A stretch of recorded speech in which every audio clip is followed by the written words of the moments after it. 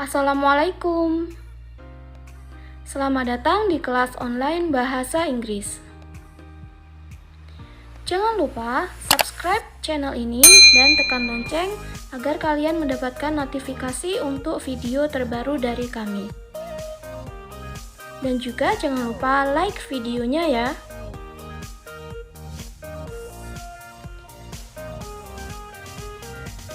Di video kali ini kita akan membahas tentang modal verbs, yaitu can. Nah, apakah kalian tahu apa arti dari can?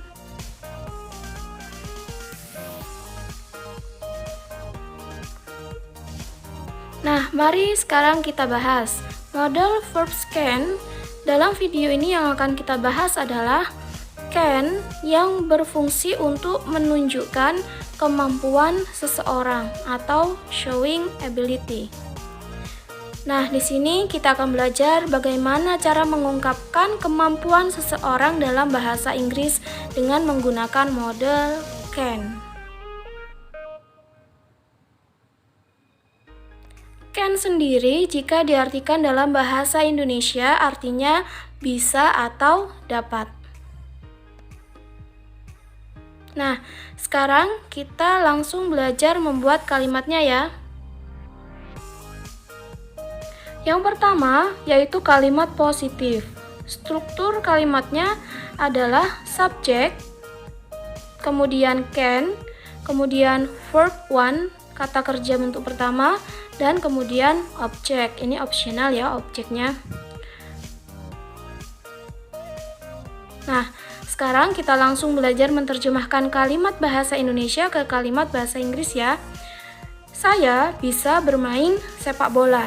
Subjek di kalimat ini adalah saya. Nah, bahasa Inggris dari subjek saya adalah I. Kemudian bisa bahasa Inggrisnya yaitu can. Kemudian kata kerjanya adalah bermain. Kita terjemahkan ke dalam verb 1 yaitu bermain, bahasa Inggrisnya adalah play. Kemudian objeknya di sini adalah sepak bola. Sepak bola bahasa Inggrisnya adalah football. Jadi bahasa Inggrisnya saya bisa bermain sepak bola adalah I can play football.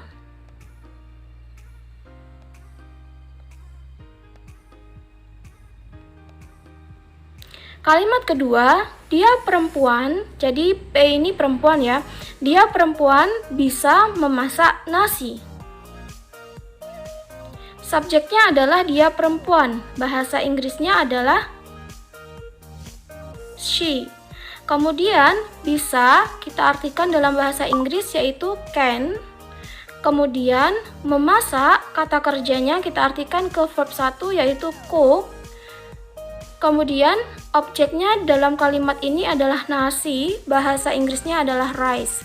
Jadi bahasa Inggrisnya dia perempuan bisa memasak nasi adalah she can cook rice.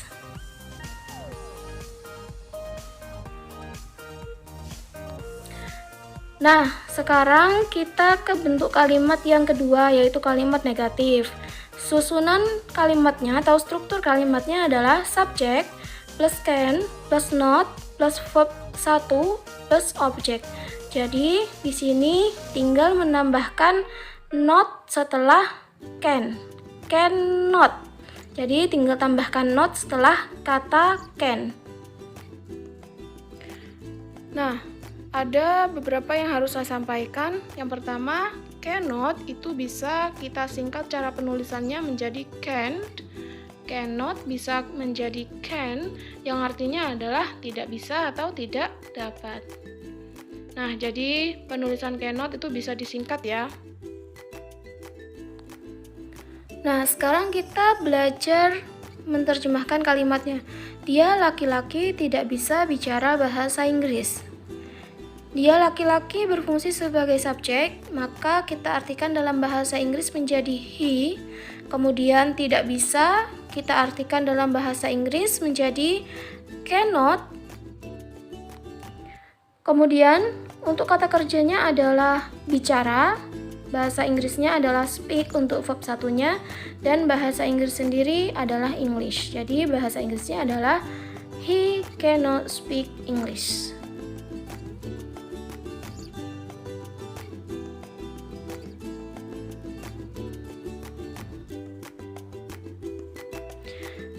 Nah, sekarang kita ke kalimat kedua. Vania tidak bisa berenang. Di sini subjeknya adalah Vania. Kalau nama orang seperti ini, maka Vania kita tetap tulis Vania karena nama ya. Kemudian tidak bisa kita artikan menjadi cannot, atau penulisannya bisa kita singkat menjadi can't. Kemudian berenang sebagai kata kerja kita terjemahkan ke verb 1 yaitu swim.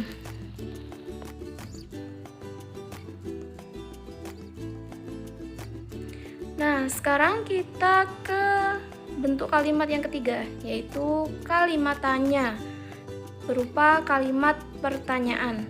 Susunannya adalah can di depan kalimat, kemudian subjek, kemudian verb 1, kemudian objek, dan jangan lupa tanda tanya. Nah, sekarang kita belajar terjemahkan kalimat bahasa Indonesia ke bahasa Inggris. Bisakah kamu membuat sebuah kue?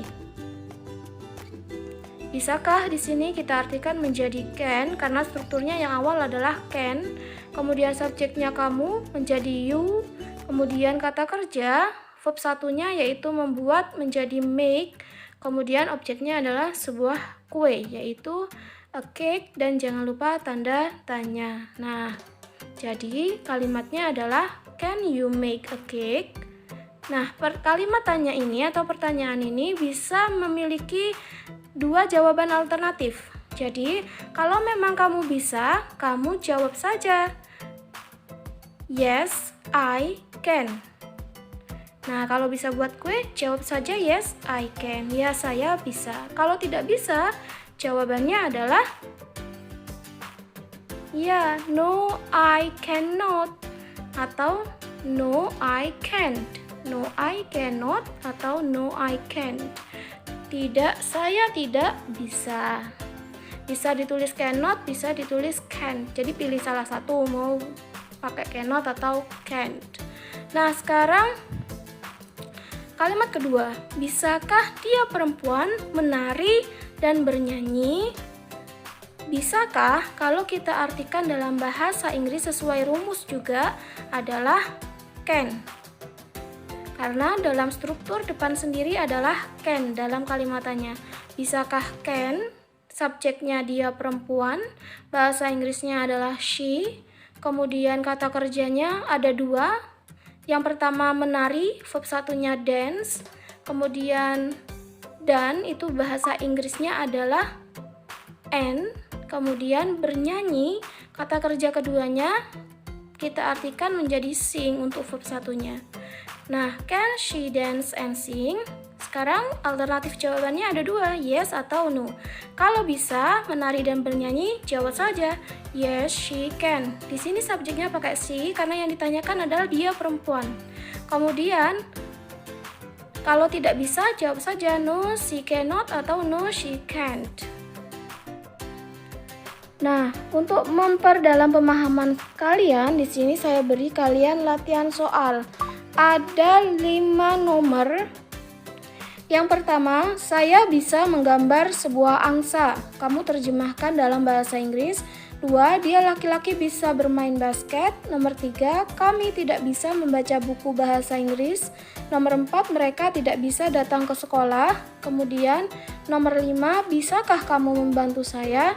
Nah, tentukan dulu apakah ini kalimat positif, negatif, atau kalimat tanya, lalu kalian baru artikan sesuai dengan struktur yang ada di penjelasan sebelumnya. Oke, thank you for watching. Semoga penjelasan kami mudah dipahami ya dan mudah dimengerti. See you on the next video. Wassalamualaikum.